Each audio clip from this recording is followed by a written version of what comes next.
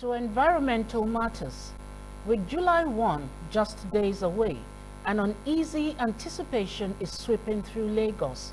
From street vendors to shoppers, food sellers to manufacturers, the countdown to a statewide ban on single-use plastic items has triggered widespread concern and confusion.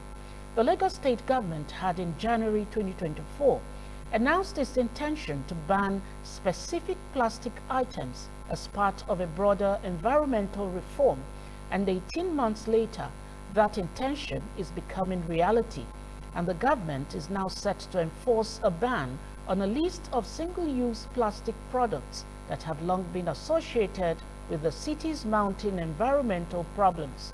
As the deadline draws closer, residents and traders are voicing anxiety. Many are unsure of what exactly is banned, with some fearing that sachet water, bottled drinks, or thicker plastic bags will be targeted. In the markets and on the streets, small-scale traders are particularly apprehensive. Their businesses, already stretched by economic hardship, now face an abrupt shift in packaging materials and compliance costs. Despite the environmental urgency, critics argue that the government has not done enough to cushion the socio-economic impact of the ban. It's going to require collaborative efforts to ensure we maintain the right discipline so that we can gain the benefits of stopping or of non-use of the single-use plastic, because it is in our own interest in the long run. In the short run, maybe we might be looking at the cost, how cheap it is, how readily available it is.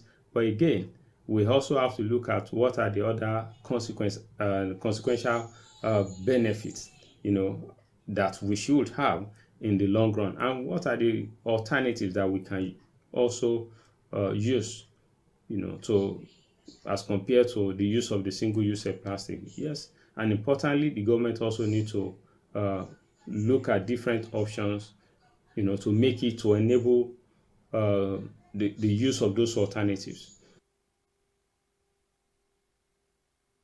Plastic cups, plastic lies not just on the hand of the government, forks, but on all of spoons, all those utensils, plastics are in that group. And basically among them is the plastic bags, we want to call nylon bag.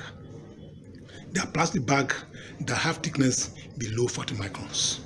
Most of them are used to that. You use it, even some use only one to buy buns of 10 naira, and after eating the buns, you throw it away. It becomes a waste. And this is something that will stay in the environment for another 30 or 40 years before it could be degraded.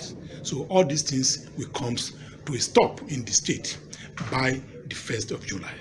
And the stakeholders have started, it has caused heated conversation within the stakeholders on the impact of this.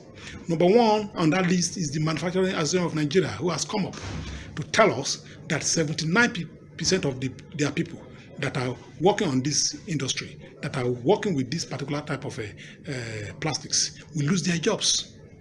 We know there will be a chance for them to relocate, or to take an active job, but basically they are of the opinion that they will lose their jobs, and this will affect their families and cause disruptions into the supply chain. We know a lot of people, from the producer to the suppliers to the users, and to even us, the stakeholders that buy those things, that they use it to pack things for us. The hygienics of those things will be compromised. That's another school of thought if they are banned. So all those things are the issues that are at stake.